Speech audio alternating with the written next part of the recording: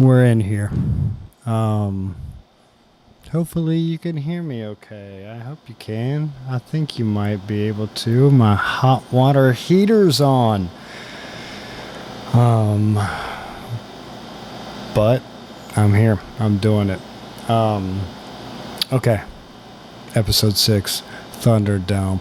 Let's go. Back from Spring Break. The never-ending Spring Break. Yeah. So as long as we're on coronavirus, vacation, isolation, whatever, I guess we're on spring break. Yeah, it's not looking good for the things that I enjoy during this time. Got some bad news about Legion baseball. They already canceled it and all that kind of stuff, which kind of upsets me, but we'll get through it. And over spring break, your boy was putting out content in the TikTok world, getting on that. Why not? How am I ever going to end up on Ellen if I don't have a TikTok? So, other things to talk about before I get into chapter 11. I'm actually going over notes today. I don't know if it's already up there or not, but on the school website, you're going to see a letter to seniors, and it's going to outline what's going on with seniors for the rest of the year. It's interesting. I think if you wanted to, I think you're just going to have the grade that you had on March 13th for all of your classes. You'll be offered the opportunity to get it higher if you weren't happy with it or something like that. But, yeah. So seniors, it's an interesting read. Read it. All right. Understand it. If you have questions, hit me up or hit your counselor up. But and so what I'm going to ask you to do, seniors, everybody else, is play this game with me till May 19th at 2 o'clock, where we just practice. We practice getting ready for this little take-home 45-minute, 2-question free response test. And that's what we're going to do. That's the only thing that we're going to do. That's the only work we got going on from here on. I loved today and yesterday seeing my email just fill up with the personality papers or my Myers-Briggs responses. I'm going to have fun reading those over the next couple days. And if you didn't do it yet, get it to me. It's no big deal. It's just something that I want you to do. It's not necessarily something that, I can even make you do. But I want to see it. And, it's one of my favorite assignments that I give every single year. And all the people who threw out that personality paprika in the subject line, that's what I'm talking about. You're my people. And if you didn't, you're still my people. You just didn't pay attention. I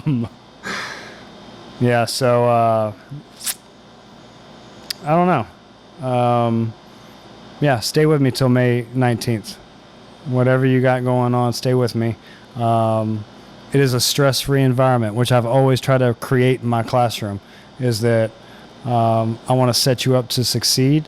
I usually do that with minimal stress upon you, and it's literally minimal stress upon you. You don't have to do the things that I'm giving you, but hopefully, you want that college credit. I get it if you don't, but actually I don't get it. So stay with me till May 19th and let's get this done. Okay. So today I'm going to go over part 1 of chapter 11 for us. And it's the last thing that we got to go over, which is personality. So let me see if I can cue this up here. And if you have it, you got the notes or whatever you want, follow along with me. I'm going to talk us through it. Of course it's not up there. Why would it be? It would just be silly.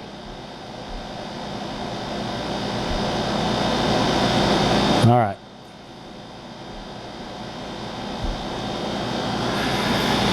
Okay. So, personality, look at that. You missed those slides. I know you do. Our definition for it: individual's unique and relatively consistent pattern of thinking, feeling, and behavior. We've got some different perspectives to look through when it comes to personality. The psychoanalytic perspective, influencing the importance of the unconscious processes, and then the influence of early childhood experiences. That is the name of the game when it comes to Freud, you know that. The humanistic perspective, which I love, represents the optimistic look at human nature, emphasizing the self and the fulfillment of a person's unique potential. Social cognitive perspective, learning and conscious cognitive processes, including the importance of beliefs about the self, goal setting, self-regulation, also like that a lot. And then just the trait perspective, which just is really descriptive. So specific personality differences among individuals, like, just, it's exactly what it sounds like. They're really describing personality traits. All right, so let's go through it. Psychoanalytic perspective on personality. So again, we touch on Freud. We got to take him a little bit with a grain of salt. Super influential, but not necessarily acceptable.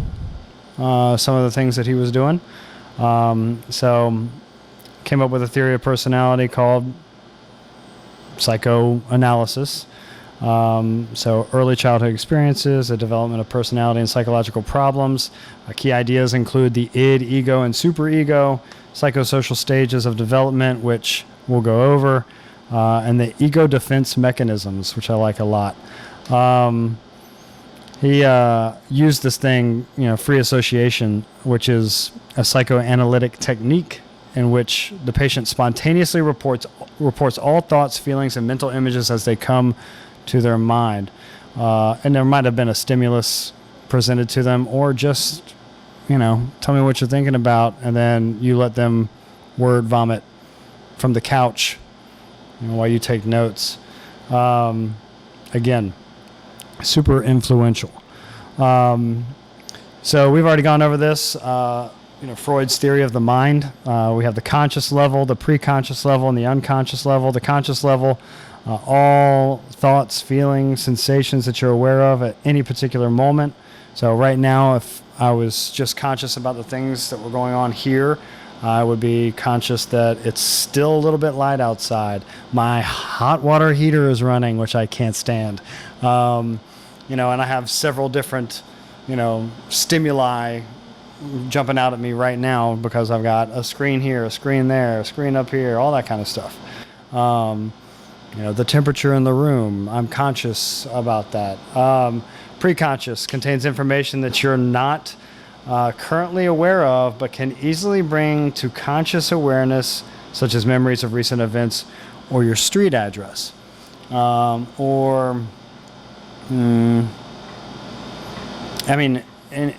trying to think of a pop culture reference right now. What is the name of the lady who owns Big Cat Rescue down in Florida? Carol Baskins. You weren't thinking of her at that point right there, or maybe you were. But if you weren't, then all of a sudden, boom, here we go. What is going on up there? But yeah.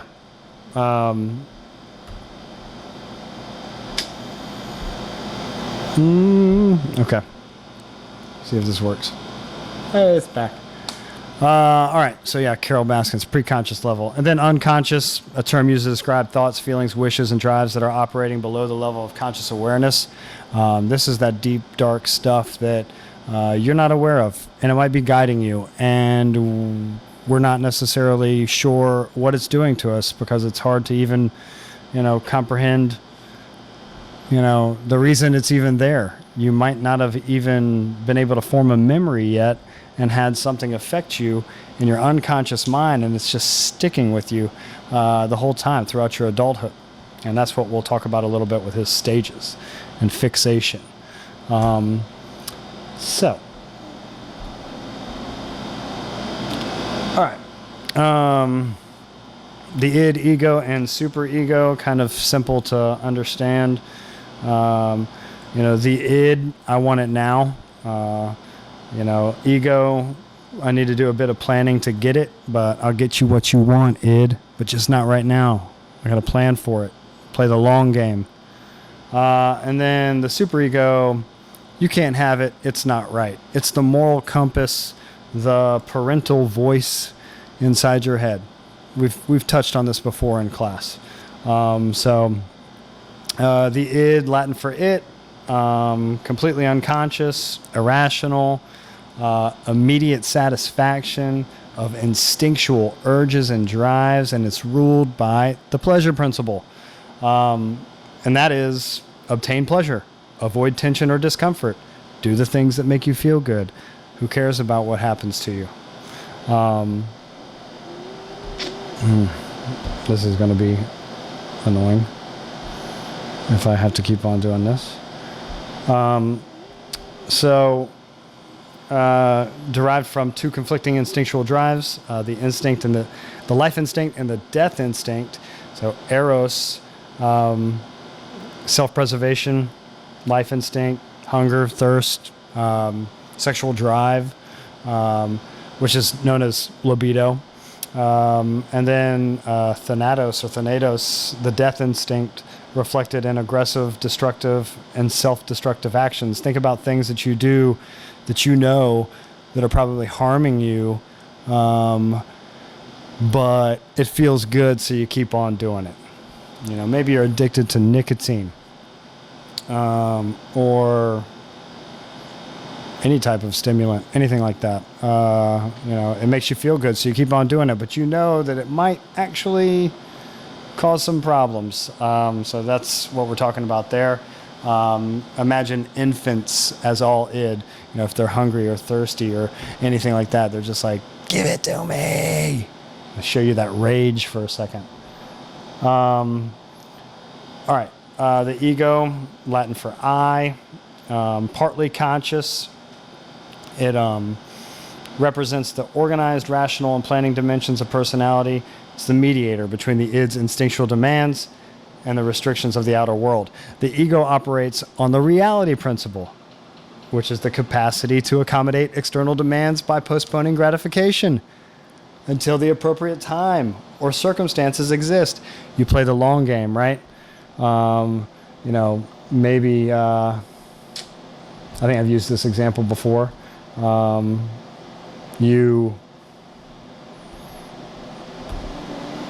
get in the friend zone. You play the long game in hopes to possibly start a relationship later. That is the ego getting possibly something that you want, but with a weird planning aspect to it. So compromises to reduce the tension of the id's instinctual urges. If the ego can't identify an acceptable compromise to satisfy an instinctual urge, it can repress the impulse and put it away for a while. It can do that for you. Remove it from conscious awareness, but it goes somewhere, the unconscious part of the brain. Not the brain, mind. Toddlers develop the ego. And then the superego comes, and it's the parental morality voice in your head.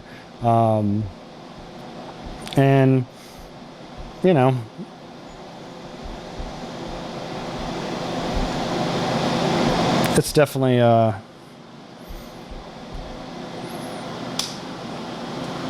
very important. I mean, you have those internal battles. Should I do this? Should I not do this? What's going to happen if I do? It's not right. Ethics comes into play, right?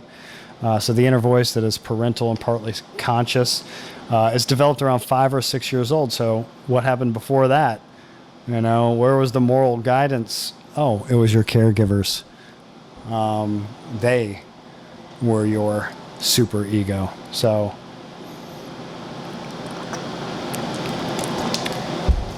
hopefully they're doing a good job. So yes. All right. Can't see any of that. Blah, blah, blah. All right, now we'll go through some ego defense mechanisms.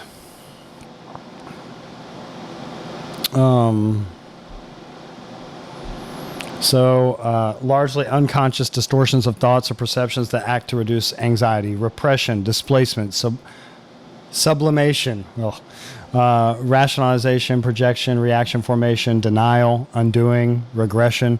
All of those things are definitely, ego defense mechanisms. Check them out one by one. You'll get asked a question here in a second about that projection, the attribution of one's own unacceptable urges or qualities to others. Freud's theory, psychosexual stages of development. It goes oral, anal, phallic, latency, and genital. So oral is exactly what you're thinking about. It's birth to 1 year old. The mouth is the primary focus of pleasurable and gratifying sensations, which you kind of know. I mean, when you're young, you judge everything of whether it's edible or not. And then you move on to the next stage, which is anal. And, potty training is the big thing here. Then phallic, 3 to 6 years old, a little bit of sexual curiosity is happening at that point, and then attraction to the opposite sex parent, which is called the Oedipus complex, which a lot of people think is weird, but Freud, he's coined that. Latency, sexual impulses become repressed and dormant as the child develops same-sex friendships. And then that's 7 to 11 years old. And then the genital or adolescence. Adolescence reaches physical sexual maturity. And then they start reaching out kind of for pleasurable sensations where the person is seeking to satisfy, and in Freud's words, heterosexual relationships. Because again, if you look at Freud from back in the day, he's saying that, heterosexual is the only way to go. Okay, that is what Freud is saying. So make sure that you know that, and he is definitely criticized for all of that. He comes up with fixation, continues to seek pleasure through behaviors that are similar to those associated with that psychosexual stage.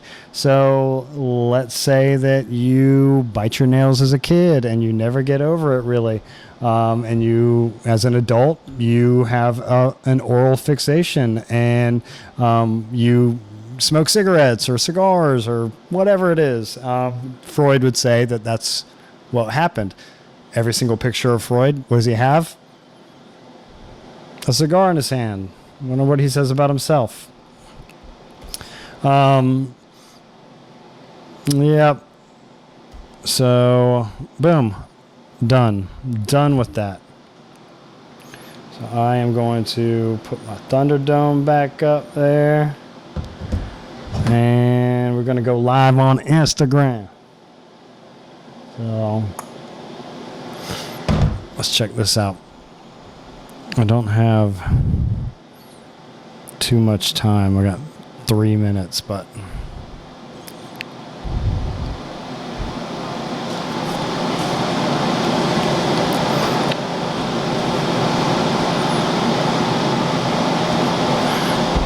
all right, here we go.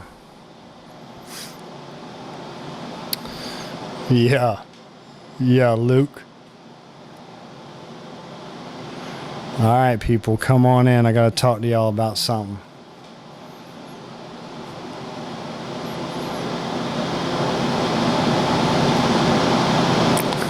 What's up? All right, people, come on in. I got to give y'all assignments. No, I'm just kidding.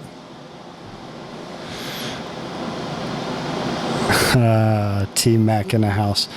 T-Mac, one of my favorite AP Psych students of all time. You just work so hard. Hey, Sophia.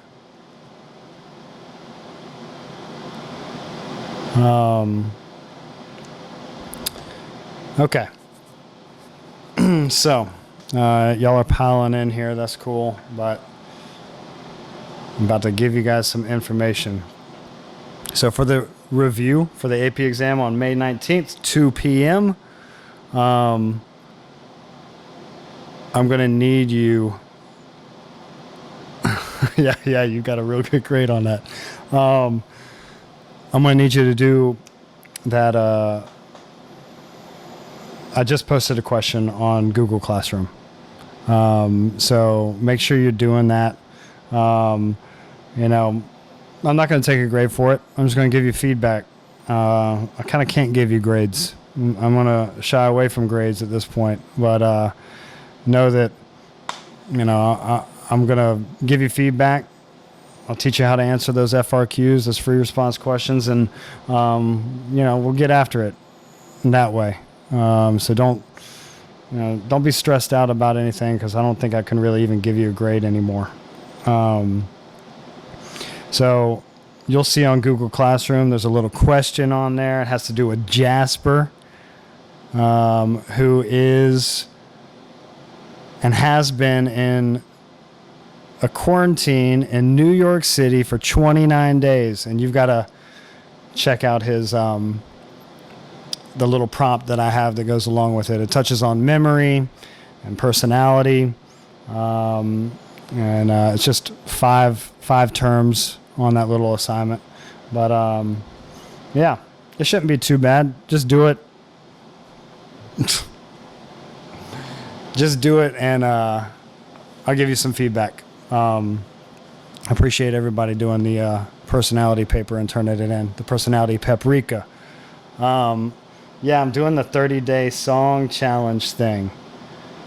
I'm